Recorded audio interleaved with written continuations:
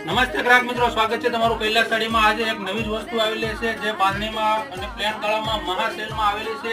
બધી ડિઝાઇનો તમને બતાવવાના છે, વિડિયો સ્ક્રિપ્ટ નહીં કરતા એન્ડ સુધી જોજો। જોઈ શકો છો જે પ્લેન ગાળામાં ઓનલી ફોર 600 રૂપિયાની રેન્જમાં ફ્રી કુરિયર ચાર્જ સાથે ઘરે બેઠા એક પણ પીસ તમને મળી જશે।